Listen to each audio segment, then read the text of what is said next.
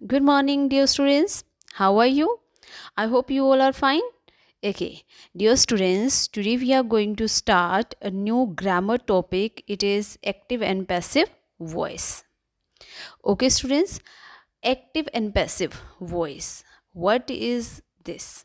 First of all, actually, active sentences are the sentences which are done, we are done in the tenses.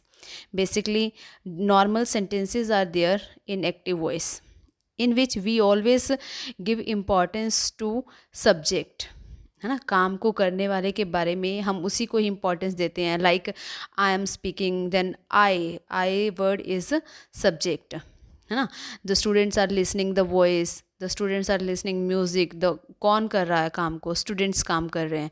ठीक है, तो जो students है यहाँ पे हम काम को करने वाले को इम्पोर्टेंस देते हैं, डूअर को इम्पोर्टेंस देते हैं इन एक्टिव वॉइस ऑलवेज.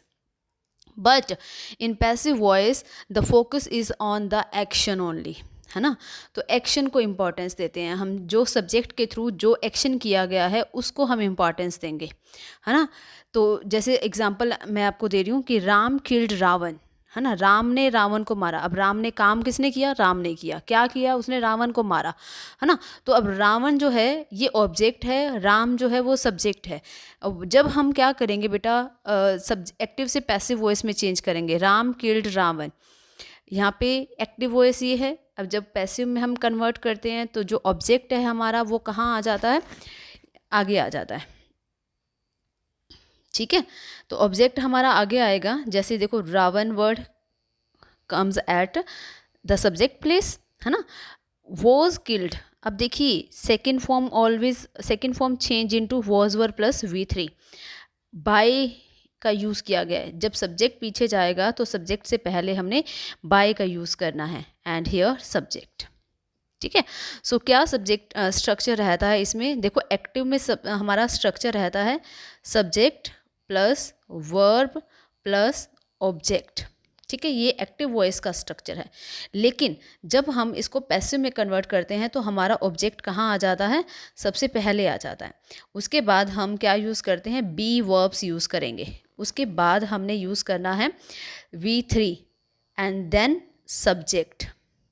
ओके, तो इस तरह से जो हमारा ये स्ट्रक्चर क्रिएट हो जाता है. Got it everyone? Next, voice refers to the form of a verb that indicates when a subject performs the action or is the receiver of the action, है ना. वॉइसेस हमें क्या बताते हैं? हमें उस वर्ब के बारे में बताते हैं जो क्या इंडिकेट करती है कि when a subject performs the action, कि हमारा जो सब्जेक्ट है वो एक्शन परफॉर्म करता है, और रिसीवर ऑफ द एक्शन, है ना, जो काम का रिसीवर होता है वो सब्जेक्ट होता है. And when the subject performs the action it is active voice. जब सब्जेक्ट हमारा एक्शन परफॉर्म कर रहा है, कोई काम कर रहा है, तो सब्जेक्ट होता है ना, तो वो एक्टिव वॉइस में रहता है. It means that whenever we are going to give importance, we are going to give preference to the subject only, then it is in active voice. But whenever the subject receives the action, it is passive voice. Got it?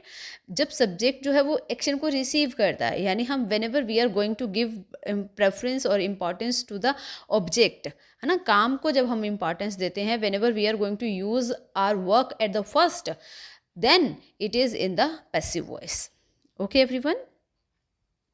yes, so what are the major rules for the passive voice? First of all, what we have to use? We have to use subject, then auxiliary verb to be. It means that हमें किसका किसका use करना होता है? Verb का use करना होता है. ठीक है, तो वर्ब हमारी कौन सी फॉर्म्स यूज़ होती हैं? बी की फॉर्म्स यूज़ होती हैं. बेटा बी की फॉर्म्स क्या होती हैं? एक तो बी खुद एक फर्स्ट फॉर्म है. ठीक है, उसके बाद अगर हम हेल्पिंग वर्ब के लिए यूज़ करते हैं then is am are first form होती है, देन सेकेंड फॉर्म होती है was were, and third form होती है been, and I N G form होती है बीइंग. ठीक है, it means that students we just have to only change the we just have to only like add the be forms. ठीक है, जब हम पैसिव में कन्वर्ट करेंगे तो हमें सिर्फ बी फॉर्म्स को ऐड करना है. We are not going to change the tense. ये नहीं है कि हाँ प्रेजेंट कॉन्टिन्यूस दिया है तो इसको पास्ट कॉन्टिन्यूस में चेंज करेंगे. नो, ऐसा नहीं होगा. It will remain same. Present continuous है तो प्रेजेंट कंटिन्यूअस ही रहेगा, बट उसको सिर्फ बोलने का वे चेंज हो जाता है बेटा, ठीक है। तो हमने क्या करना है, in passive voice we have to use be forms, done. And next, main verb in past participle, it means we always have to use V3, got it। then by and after subject, clear। subject यानी ये object जो पीछे से आया है ना, ये है हमारा न्यू सब्जेक्ट यानी ऑब्जेक्ट, और ये जो पीछे सब्जेक्ट हमारा गया है। Is it clear, got it, okay.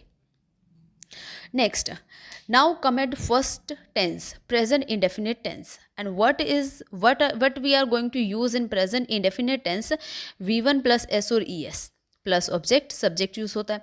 अब देखिए सब्जेक्ट और ऑब्जेक्ट का कन्वर्ट इंटरचेंज हो जाएगा। सबसे पहले तो ऑब्जेक्ट यहाँ आ जाएगा और सब्जेक्ट पीछे चला जाएगा। v1, अब देखिए मैंने सिर्फ आपको बोला था कि बी फॉर्म्स आपने ऐड करनी है, करेक्ट।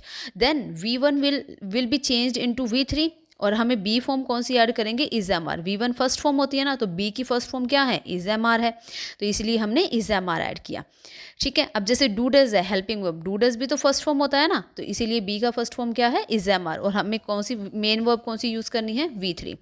सेम, अगर देखो नेगेटिव है then it will remain as it is, है ना, negative. If it is interrogative then you have to keep into interrogative only. ये नहीं है कि आप इंट्रोगेटिव से सिंपल में कन्वर्ट कर देंगे, no, it will never happen, got it. So if interrogative word is given ahead then you have to use, okay, then you have to use is mr at the first to frame it in interrogative, okay, yes, got it। next, now example, he doesn't cook food। देखिए he doesn't cook food, अब ये क्या है, हमारा ही subject है, और क्या नहीं बनाता, फूड, फूड हमारा ऑब्जेक्ट है।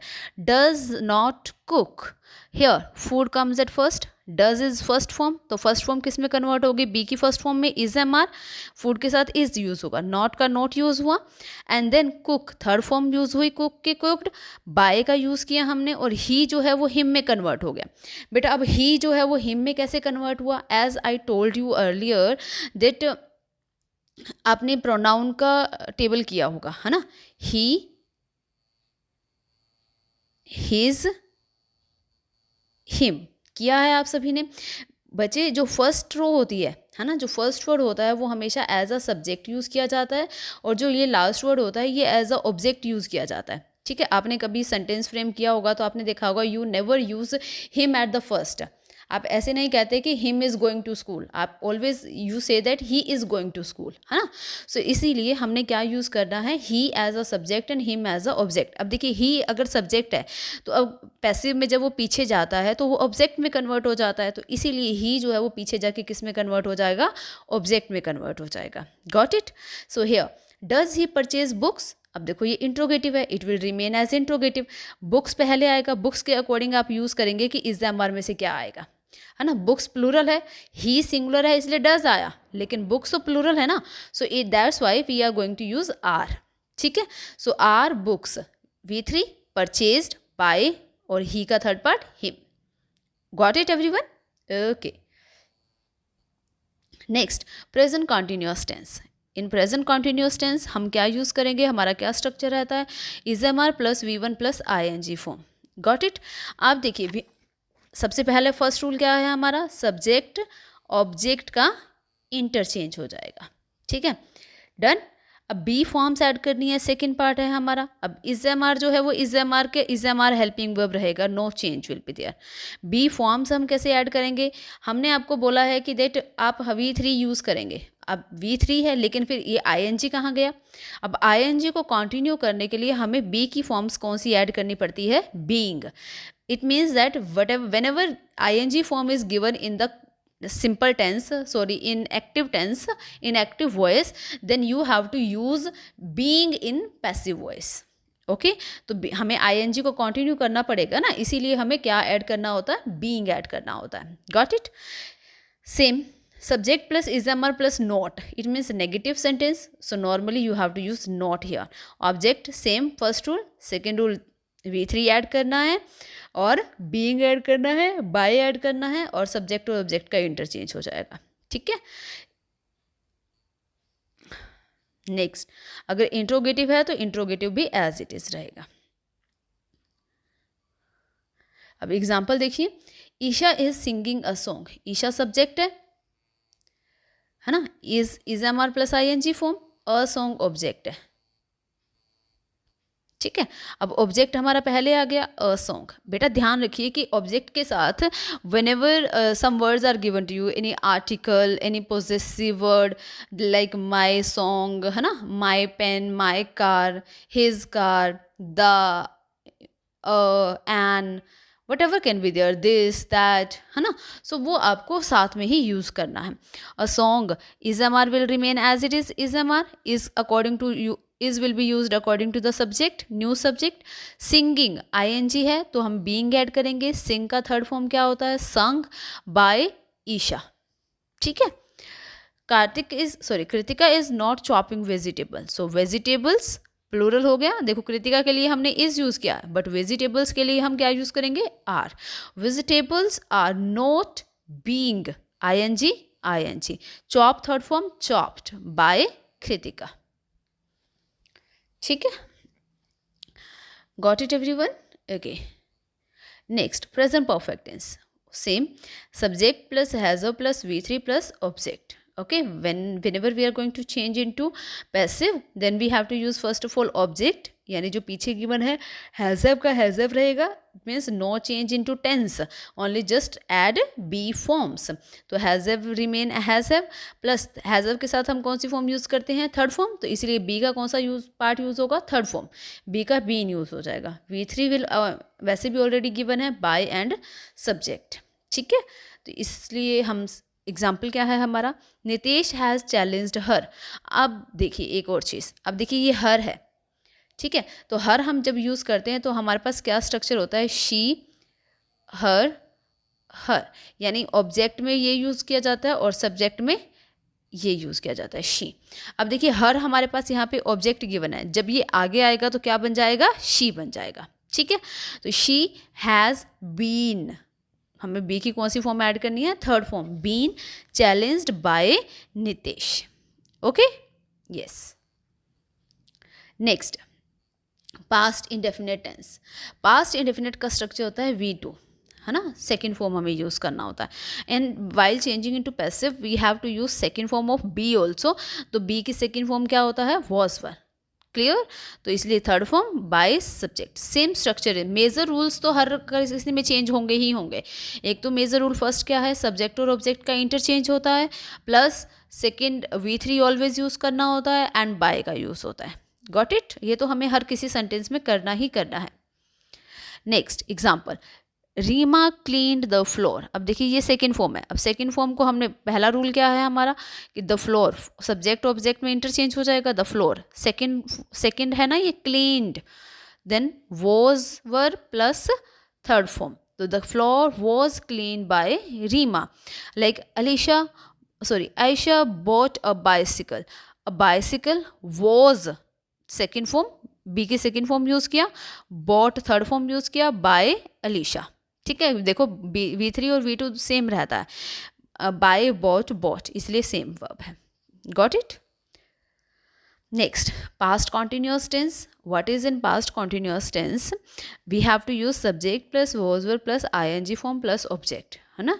तो अब changing into passive voice, then we have to use first object, then was verb will remain as it is helping verb, ING remove करेंगे तो क्या बी की फॉर्म ऐड करेंगे, being, V3 by plus object. अब यहाँ भी ING use है, इसलिए ING को यूज करने के लिए हमें क्या करना पड़ेगा, बीइंग। अभी है Nitika was painting the wall, the wall सबसे पहले as a subject, was verb plus वो बीइंग, ING बीइंग आ जाएगा, और पेंट का third form painted by Nitika. Okay, next है present perfect tense, past perfect tense. Past perfect में हमारा क्या स्ट्रक्चर रहेगा, subject plus had plus V3 plus object, subject plus had plus V3 plus object. और चेंज करेंगे जब rules को, object plus had been plus V3 plus by plus object, यानी सबसे पहले सब्जेक्ट और ऑब्जेक्ट का इंटरचेंज हो जाएगा। हैड आएगा, सेम वर्ब रहेगी हेल्पिंग वर्ब, और V3 है तो हम बीन यूज़ करेंगे, फिर V3 यूज़ करेंगे, then by plus subject. Okay, not है तो नॉट, इंट्रोगेटिव है तो interrogative. Like Vishal had solve the doubt. अब देखिए विशाल क्या है, सब्जेक्ट, हैड सॉल्व्ड क्या है, V3, और द डाउट क्या है, ऑब्जेक्ट। ये अब सबसे पहले द डाउट ऑब्जेक्ट आ गया, ठीक है। हैड का हैड रहेगा, हैड के साथ हमने कौन सी बी की फॉर्म्स ऐड करनी है, V3, तो had been solved by Vishal, the doubt had been solved by Vishal. ऐसा नहीं है कि sometimes we avoid the subject also, ठीक है। जो सब्जेक्ट हमें आगे गिवन होता है, whenever we are taking it after और at the last as a object, then we can avoid it also, we can miss it, okay, no problem is there. Like had they caught the thief, had interrogative है, the thief, yes, had the thief, third form been, caught by, they का third part क्या हो जाएगा, them, okay। Next, future indefinite tense. What is the structure of future indefinite tense? The subject plus will plus V1 plus object. Clear? Subject plus will plus V1 plus object. अब देखिए हमें be की forms add करनी है। Got it? Now for adding the B forms we have to use here first rule, subject and object interchange। will के साथ हम सिर्फ B ऐड करेंगे, B फॉर्म्स है ना, तो B खुद ऐड करेंगे, B खुद को, will B प्लस V3, ठीक है, क्योंकि will के साथ हमेशा फर्स्ट फॉर्म आती है, तो will के साथ क्या ऐड होगा, B, will B plus V3 plus by plus subject.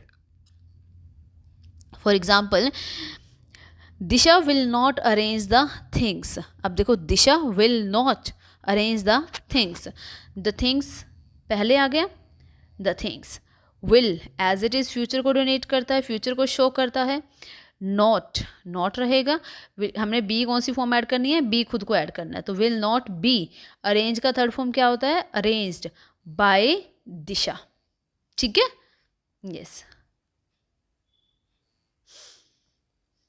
Next is future perfect tense. And what is the structure of future perfect tense? Subject plus will have plus V3 plus object. Clear? Or whenever we are going to change into passive, and while converting into passive, then what we have to do, we have to change first rule, subject or object interchanged, will have। अब देखिए have जहाँ given होता है तो have के साथ कौन सी फॉर्म ऐड करनी होती है, हमेशा थर्ड फॉर्म, ठीक है, तो have के साथ कौन सी फॉर्म ऐड होएगी, third form, been। Got it? तो बी के साथ यहाँ पे क्या आएगा, बीन आएगा, ठीक है। Object will have been plus V3 plus by plus object, जैसे यहाँ पे नॉट में गिवन है, object will have not been plus V3 plus subject. Clear everyone? Next, for example, Nimish will not have change the table cover. Nimish subject, यहाँ पीछे आ गया object, will not have, तो विल नॉट हैव के साथ क्या आना चाहिए, been, will not have been changed, third form है already, and the table cover as a subject it will be used. Got it? In interrogative, will she have written the notes, will she have written the notes, यानी यहाँ क्या आ जाएगा, will का will as a interrogative है तो interrogative को show करेंगे, सबसे पहले यूज करेंगे। The notes have been written, have written change into have been written by her। Got it everyone? So students, you have to learn the rules first of all। there is no passive voice formation for these tenses। एक तो present perfect continuous, past perfect continuous, future perfect continuous, ठीक है, and future continuous. अब ये क्यों use नहीं होती हैं, इनका फॉर्मेशन क्यों नहीं होता है पैसिव वॉइस में, because we have already used be forms in the active voice, ठीक है, हम पहले ही एक्टिव वॉइस में हम बी फॉर्म्स ऑलरेडी ऐड कर चुके होते हैं, इसलिए इनका पैसिव में कोई फॉर्मेशन नहीं होता है। Got it everyone? So students, you have to practice exercises of this chapter. You have to learn the rules, है ना. देखो, if you will not learn, the active voice, yani it means that tenses, then it may be difficult for you to convert into passive voice. So dear, first of all you have to revise the tenses, and after that you have to revise the voices. Okay, it is totally easy for you. Yes, thank you so much dear students. Got it? Okay everyone, bye.